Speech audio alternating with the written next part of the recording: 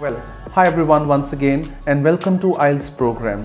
Today I'm going to be emphasizing on once again vocabulary development which you can use for your essay writing, for reports, for letters and even in speaking module as well. And we all know that this lexical flow helps you to attain the best bands or say grades in your respective examinations. So let me start the first word of the evening, which is parched. That's P-A-R-C-H-E-D, which means very dry. For instance, we have seen Australia in the last few decades has become all the more parched, considering the bushfire last year, and it's all the more parched at this point in time. Number two I would like to give you would be atrocious. That is A-T-R-O-C-I-O-U-S,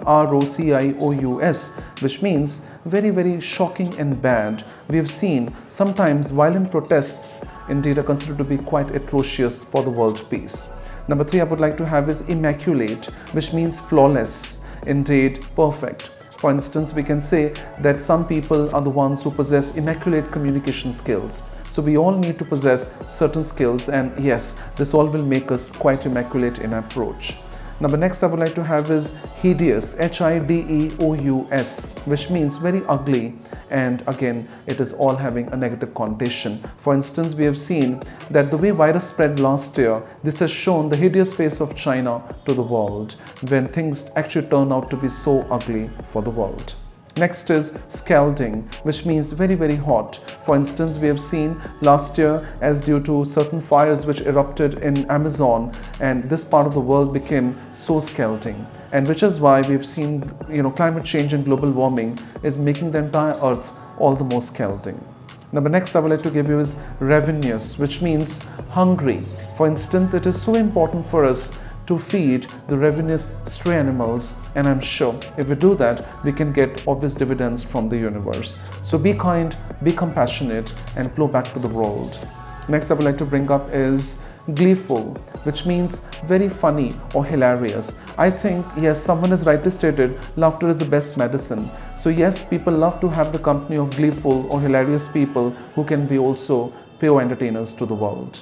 Next I would like to bring up is saunter, which means to walk. For instance, much before you learn how to run in life, it's important to learn how to saunter, and truly you have a progressive walk and great success in life.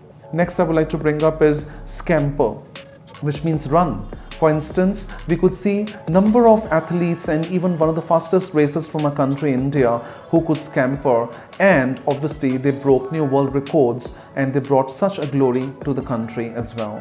Next I'd like to bring up is squalid, which means very dirty. For instance, we have seen some politicians play nasty and squalid game, and truly it can be so much regressive for the world. Next is ENSUE, which means follow or as a result. For instance, today when you apply for your examination and if you look at the computer delivered test, within just 4 days your results would ensue and you will receive right on your screens. Next I would like to bring up is crusader, that means revolutionary. We can see sometimes, even in the history of the countries in the world, that some of these crusaders started such wide-scale revolutions and protests which definitely became one of the most conspicuous protests in the entire world. Next is sublime, which means of a very high quality. For instance, some telecom companies are indeed providing the most sublime products. Same way, some particular, we have seen the brands of mobiles, they indeed are considered to be quite sublime, like Apple is one of those. Few last. Next is elucidate, which means to enumerate or to mention and to explain something very clearly. For instance, we have seen as in when you attended the lecture and every single thing was elucidated, with which you could understand things much better. Last but not the least we have is brackish, which means very salty. For instance, we have seen the ocean water is quite brackish.